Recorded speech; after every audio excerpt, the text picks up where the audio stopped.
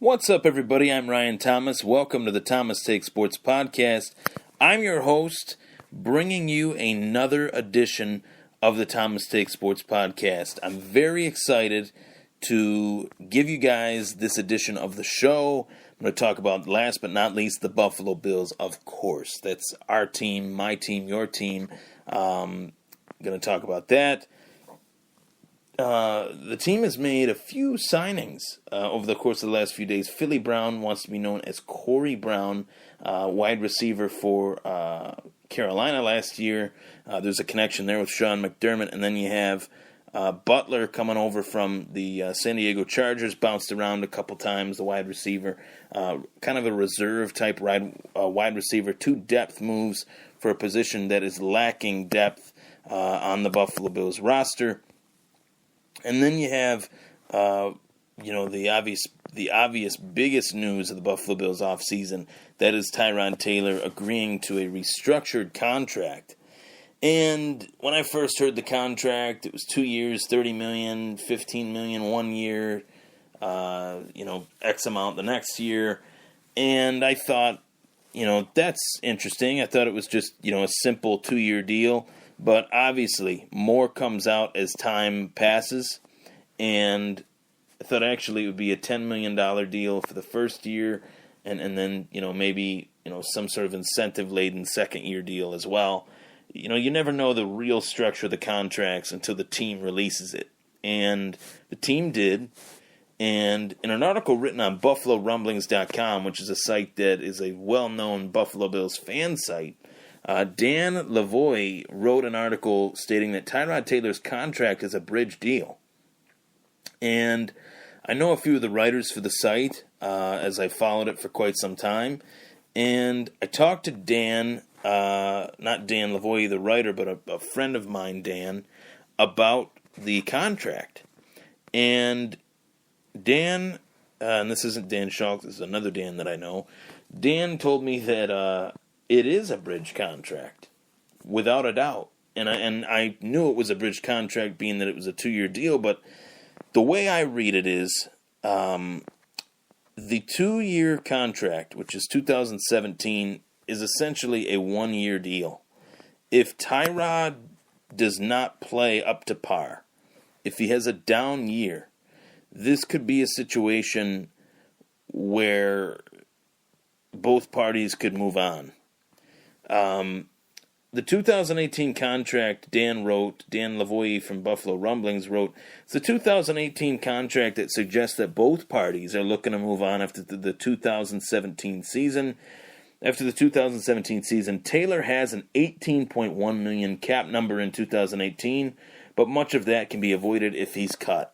Only $1 million of his base salary is guaranteed, and a $6 million roster bonus can be avoided by cutting him.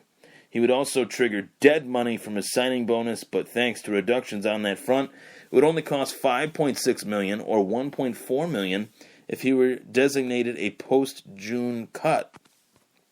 So if he has a down year in 2017, if the Bills go 5-11, 6-10, 7-9, worst case scenario, Tyrod could be getting his walking papers. This is essentially a 1-year deal, because if the Buffalo Bills decide to cut Tyrod, they lose virtually nothing in a quarterback-rich year for the 2018 NFL draft.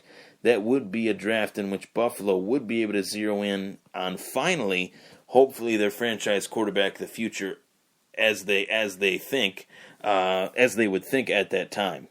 So this is very interesting. This makes the 2017 season for the Buffalo Bills more pressure-filled than originally expected. You knew that the Buffalo Bills needed to win. The fans are starving for a playoff appearance, obviously. But this is do or die in the career of Tyrod Taylor.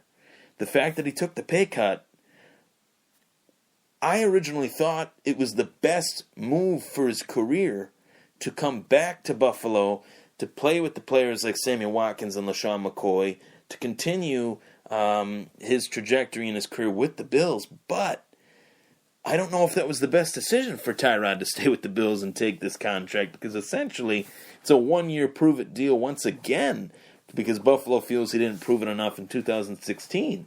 So, only time will tell, but if the Bills decide to move on from him, they lose virtually nothing. They still have Cardale Jones in tow, and the veteran that I assume they will sign in 2017, and whether it be free agency in the coming weeks. I think a free agent quarterback that's had some years in the league is much needed if the Bills do not decide to bring back E.J. Manuel. I like E.J. Manuel. I like certain things about him. Physically, 6'5", 240, 25, 26 years old. But he has had his worst days in Buffalo. And when that happens, it might be better off for both parties to move on. So that being said, Tyrod, I appreciate him. I respect him a hell of a lot for taking this pay cut, taking a pay cut that amounts to $10 million. That showed that he's not here to get paid. He's here to win. He wants to continue winning in Buffalo, or attempting to win in Buffalo and win for Buffalo. I agree with that. I think that's genuine. But a part of me does wonder if the marketplace might have dried up for Tyrod, depending on, it was assumed that the Cleveland Browns and the New York Jets were the top two teams in line for Tyrod. And I don't know if they were offering what the Buffalo Bills had already given him, and I don't even know if they were offering what the Buffalo Bills ended up restructuring him for. It could have been a situation where Tyrod was gauging what his worth was, and those teams gave him his worth, and then Buffalo used that against Tyrod, saying that these teams are only offering you this much, we're only going to offer you that much as well. Maybe that happened. I don't know. That's just speculation. Most of this is just speculation, except the fact that Tyrod did take a $10 million pay cut from what he was originally signed on for to what he took with this restructured deal. And if he does not play up to speed, if he doesn't play well in 2017, the Bills will definitely move on from him. And I don't know if that would be the best case for the future of their offense, being that they'd be starting over again with a new quarterback. But in terms of salary cap wise, the rookie wage scale is a benefit for virtually every team in the National Football League now. You have teams that are reaping the benefits of drafting quarterbacks in the third or fourth round especially. Look at Dak Prescott's contract. Tell me how much that is in comparison to what Tyrod Taylor makes. It's a hell of a lot less, and Dak is a hell of a lot better of a player than Tyrod. That's for sure. And I'm not trying to, downgrade, diminish or throw shade at Tyrod as a player, but as a player on the surface, Dak Prescott is much better. I think everyone would agree with that. So, that being said, this one-year deal, the one-year deal is a pressure-filled situation for Tyrod, of course. But the fact that it's a one-year deal currently with a team that has little to no talent at the wide receiver position outside of Sammy Watkins, guys that are huge question marks, including the guys that they signed recently in Corey Brown and Butler from San Diego, there are some real question marks in terms of the weapons that Tyrod has at his disposal. I would assume that with the first pick, they'll take Mike Williams out of Clemson. That's who I have on my board currently going to Buffalo. I think that is a likely situation for Buffalo, that he could go to the Buffalo Bills. The Buffalo Bills love the Clemson connection. They've taken advantage of it with C.J. Spiller, Shaq Lawson, and Reggie Ragland. C.J. Spiller, Shaq Lawson, and Sammy Watkins. I'm sorry. C.J., Shaq, and Sammy. Those were three big-time players for the university. Mike Williams was a big-time player for the university. Outside of Deshaun Watson, Mike Williams was right there on the offensive side of the ball, leading the way. So could it be Mike Williams? Could it be O.J. Howard? The Alabama tight end, that's a selection that's gaining a lot of steam, as it should. He's 6'6", 250, 4'5", 40. I talked about him quite extensively in the last Buffalo Bills podcast episode as a possible option at 10th overall for the Buffalo Bills. O.J. Howard is a supreme talent, a real athlete in every sense of the word for this 2017 draft. One of the most hyped prospects in this draft, as he should be.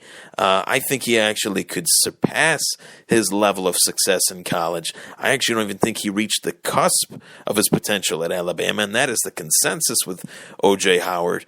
Having a weapon like that for Tyrod would help his chances at staying in Buffalo much longer. Currently, with the guys that they have on their roster, I don't know if that is the case. I don't know if that is possible for Tyrod. If they go into the season with the lack of weapons that they have now, and obviously they have 6 picks to make the best impact on their team, with the first and second and third picks obviously being the case, 4th, 5th, those guys make impacts too, but they really need to hit on their first, second, and third round pick in this year's draft. They also have their first and second round pick coming back for hopefully full seasons in 2017 in Shaq Lawson and Reggie Ragland. But the cards are stacked against Tyrod as of now to be better, even if the Buffalo Bills do get Mike Williams. Bringing in a rookie right away doesn't always pan out. Bringing in a rookie wide receiver like Mike Williams, he might take some time to adjust. The same thing for O.J. Howard.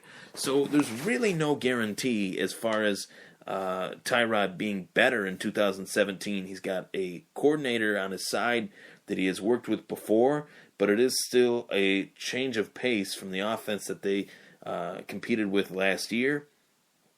So there's a lot of question marks here. And once again, it's the Buffalo Bills. Once again, they cancel out a question mark by creating another question mark. The fact that they restructured Tyrod's deal, the deal was a question mark. What were they going to do with him? By creating the deal and putting it in stone, knowing that Tyrod could potentially be only a one-year option quarterback, one-year option at quarterback for the Bills, that creates even more questions. If Tyrod doesn't have a good year, what direction do the Buffalo Bills go in? I do not have an answer to that. It depends on the record, depends on how bad they are. If they're in the 7-9, 8-8, could be another year of another big decision for the Buffalo Bills and for Tyrod Taylor.